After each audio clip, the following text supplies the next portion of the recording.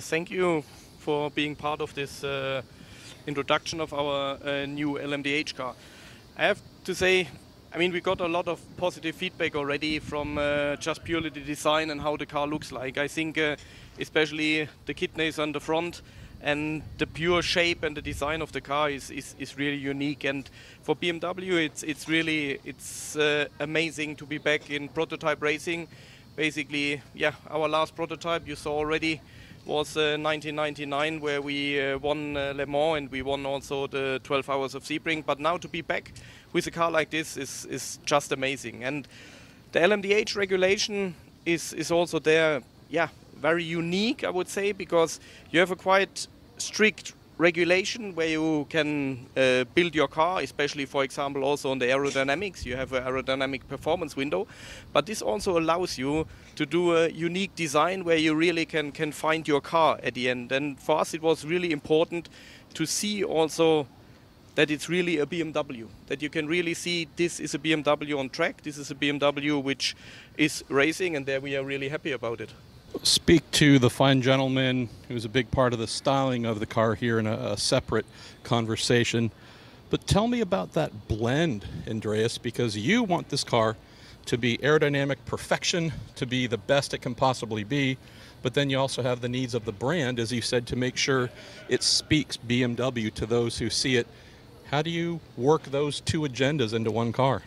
Yeah, for sure. This was during the development process and the design process of the car. For sure, the aerodynamics, our performance guys, they were really working close, let's say, with the design department and the styling of the car. But we found, I think, a very good compromise, but not a compromise in terms of that the styling had to be sacrificed or the performance had to be sacrificed. I think we have a unique car which has also a good performance, and this was our main goal, to really reach this, to show what a performance car like this can bring on the track.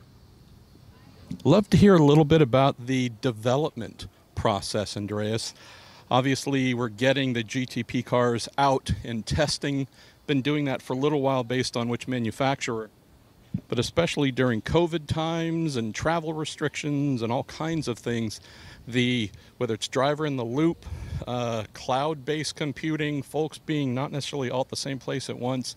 It's a really interesting approach to developing a new race car that's come over the last couple of years. Tell me about that with this machine.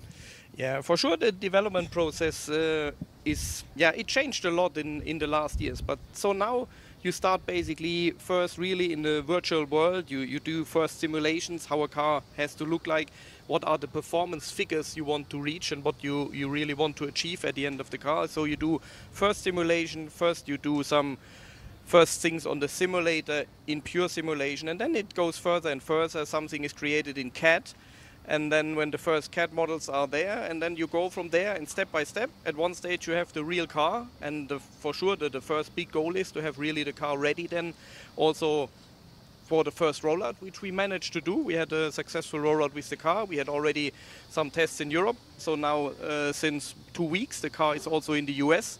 And we go there with a very intensive testing program to really go through it and to really make sure that the car is running like we want to, that it shows the performance, but also the reliability, because reliability in endurance racing is one of the main topics. And our first race will be directly a 24-hour race, so we have to be reliable in Daytona next year.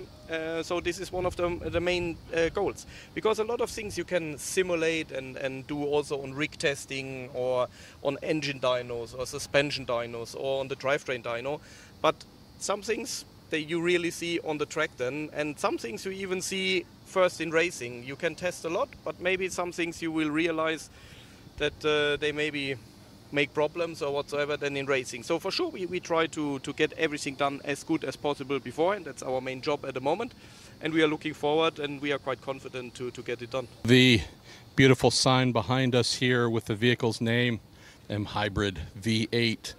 That hybrid part and the V8, both very important. Would love to learn more about that from BMW's, I guess, development side and learning side. Internal combustion engines, long specialty of the brand. Adding in that hybridization, though, tell me about this process with this car. Yeah, for sure. When you start developing a car like this, also one major topic is the drivetrain, and there we did also some investigations which engines we had already, let's say, in our shelves which we could use, and then we investigated quite deeply to really look which is the best engine for a prototype car like this. And at the end, we came to the conclusion that the P66 engine, which we used already in the DTM, the V8 4-liter engine, which was at the DTM time a natural aspirated engine, that this would be the best base for our race engine. And then we developed this car to a twin turbo engine, which is now, let's say, the main powertrain of the car. And on top of this, as we know, it's a hybrid car. We have the common hybrid system, which is in all LMDH cars the same. This together is a very powerful powertrain, I have to say, with up to 700 horsepower. And I think with the combination of our V8 twin turbo with the hybrid system, it's a very, also up-to-date racing engine and drivetrain combination. So we are quite happy with this, and at the moment everything runs well there. Speaking about the choice of using a DTM engine that you knew well, it's a unique thing. We know that one of your competitors at Acura, for example, took a similar route with a motor that they had in development for 2024 with IndyCar. Was there a particular, I don't know if it was an economic value or just timeline value where you and your team said, you know, this is a good basis to start from compared to starting from scratch? For sure, as you know, we took the decision at BMW quite late to enter the LMDH. For sure, timeline is also a very major point there. But on the other hand, we were happy and sure with the investigation we did concerning our P66 V8 engine, and we think that it's not a compromise for us. It's the best engine we could take. This one as a twin turbo delivers exactly what we need in terms of power, reliability, and there we are really happy. And the first runs on the dyno showed already the big potential, and now we see it also on the racetrack while testing. So everything runs smooth there, and we are happy with this.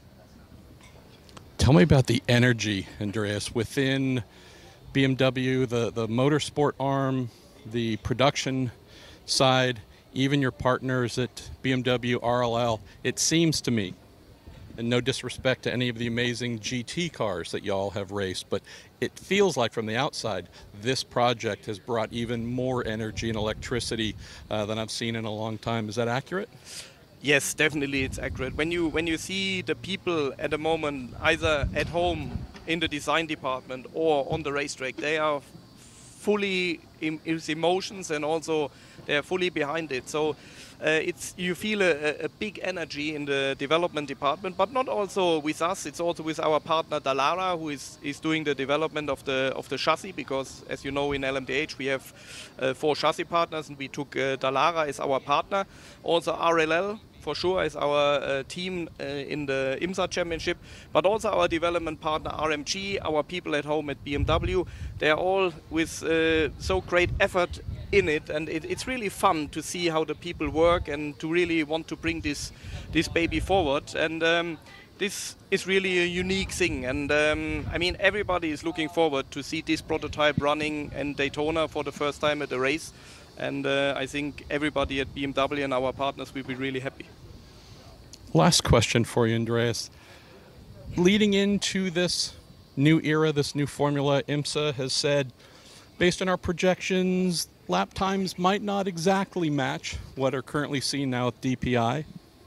I'm not asking you to reveal lap times or secrets, but one thing I've heard from a number of GTP manufacturers, these cars are faster than maybe some people expected. Tell folks about that, because that excites me. Yeah, it's really, and I mean, we had now the first tests with our car. As I said, we were in Europe and now also in the US. And we see already that the cars are really quick. And when you talk to our drivers, they have a big smile in the face when they step out of the car, because there is great potential in these cars. And it's really unique also to see also this transformation from, let's say, pure combustion engine, now the transformation into electric world with the hybrid cars. What performance these cars can bring. And this is exactly what we at BMW want to show. We want to also show the transformation into the electric world, and therefore the LMDH regulation is the perfect fit for us to really show what our road cars can do and what also a race car can do. And then to show that the performance is there and to really see that these cars can really do very, very fast lap times. It's the best for us, the best showcase. Thank you, brother. Thank you very much.